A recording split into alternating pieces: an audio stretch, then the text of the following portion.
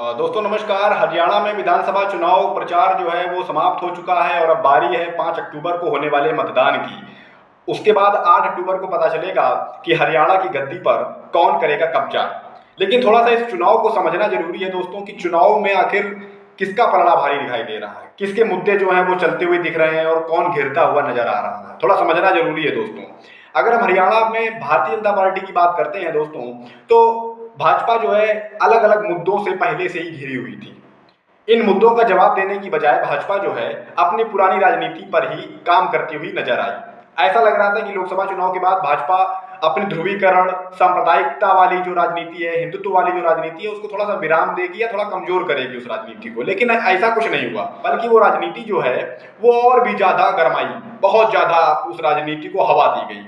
जिस तरह से आप जानते हैं कि नफरत की आंधी में जिस तरह से अलग अलग हिंसाएं सामने आई हैं लोकसभा चुनाव के बाद भी, जैसे किसी ट्रेन में किसी बुजुर्ग को पीट दिया जाता है तो कभी कुछ हो जाता है, कभी कुछ, कभी कोई हिंसा, कभी कोई मारपीट। तो इस तरह से जो आरोपी हैं उन पर कड़ी कार्रवाई भी नहीं होती है और कोई कड़ा संदेश भी देने की कोशिश नहीं होती है। तो यहीं से ये नजर आता है कि भाजपा जो है अपनी वही पुरानी राजनीति जो है हिंदुत्व की राजनीति, कि भाई हिंदुत्व हिंदुत्व, वही पूरी जो आप जानते हैं उनकी पूरी जो राजनीति का जो हिस्सा बना दिया गया है धर्म को, वो उसी पर काम करते हुए नजर आए। इसके अलावा चुनाव के समय कुछ घोषणाएं की गई, कुछ ऐसे वायदे किए गए जो लोक लुभावने थे और साफ दिख रहा था कि भाई ये जो अग्निवीर है, एमएसपी का मुद्दा है और जो महिला पहलवानों के साथ जो कुछ हुआ वो जो मुद्दा है, इसके अलावा बेरोजगारी का मुद्दा है, ड्रग्स का मुद्दा है, ऐसे कई सारे मुद्दों से पीछा छुड़ाने के लिए भाजपा जो है वो अपने लोक लुभावने घोषणाएं कर देती है। हालांकि इसका क्या असर होगा ये तो वक्त बताएगा, लेकिन हम मुद्दों की बात कर रहे हैं। इसके अलावा राहुल गांधी को जान से मारने की धमकी दी जाती है और उस पर कोई भी भाजपा का बड़ा नेता आपत्ति नहीं जताता है, बल्कि नड्डा साहब जो है मोदी जी को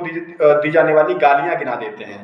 इसके अलावा राहुल गांधी के खिलाफ एक माहौल बनाने की कोशिश की गई, वही पुराना माहौल, आलू से सोना निकालने की कोशिश की गई। समझना जरूरी है कि आलू से सोना निकलना बंद हो गया है। जनता जो है राहुल गांधी को इतना सगा मानने लगी है कि अपनी सारी दुख, अपनी सारी तकलीफ जो है, या कह सकते हैं अपनी जो भावनाएं हैं उनके सामने व्यक्त कर देती है कि देखिए भाई राहुल गांधी जी, हम इतना परेशान हैं महंगाई से, देखिए हम इतना दुखी हैं। तो ये सब समझना जरूरी है। जो छवि बिगाड़ने की कोशिश की गई, आरक्षण का मुद्दा है उसको काट छांट के पेश किया गया।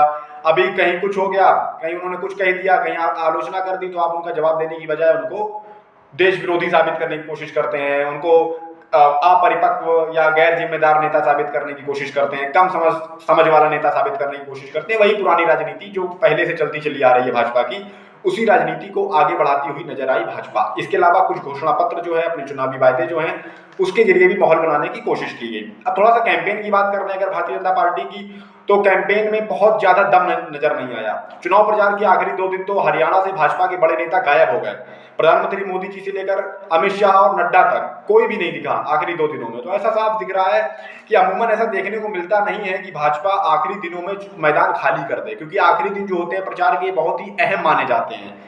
और इससे पहले बहुत कम देखने को मिला है, जब भाजपा ने, शायद कभी नहीं देखने को नहीं मिला पिछले 10 सालों में, कि भाजपा इस तरह से मैदान खाली कर देती हो किसी भी विधानसभा चुनाव प्रचार के समय। खैर, इसके अलावा भारतीय जनता पार्टी ने बी, सी और डी जैसी तमाम सारी पार्टियों को भी उतारा मैदान में। इनेलो, बसपा का गठबंधन हुआ, वहीं देखिए चुनाव के एन वक्त पर वहां देखिए राम रहीम को छोड़ दिया गया, जेल से पैरोल पर आ गया वो। इस तरीके की कई बातें। वहीं दूसरी ओर अगर हम कांग्रेस की बात करते हैं तो कांग्रेस लगातार जनता के मुद्दों को लेकर, अग्निवीर, किसानों का एमएसपी का गारंटी कानून का मुद्दा हो, या चाहे महिला पहलवानों का उत्पीड़न का मामला हो, चाहे बेरोजगारी का मामला हो, चाहे महंगाई का मामला हो, कोई भी मामला हो, राहुल गांधी और पूरी कांग्रेस ने इन मुद्दों को पूरे दमखम से उठाया।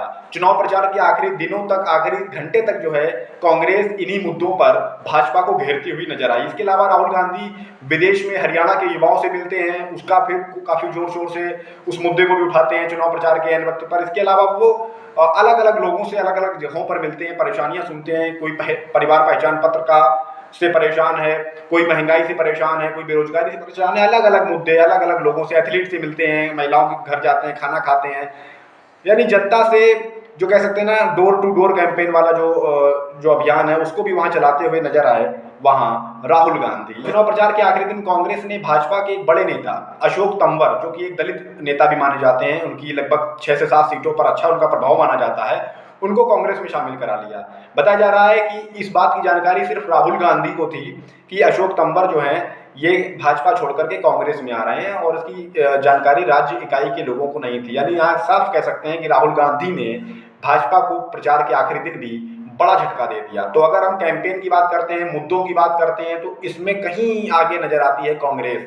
अब हालांकि सरकार वहाँ बीजेपी की है, प्रशासन उनके हाथ में है, बहुत सारी चीज़ें होती हैं, हो सकती हैं, गड़बड़ियों की भी कोई देख नहीं आया है। जिस तरीके से चुनाव में गड़बड़ियाँ जो हैं वो सामने आती हैं, आई हैं, साबित भी हुई हैं।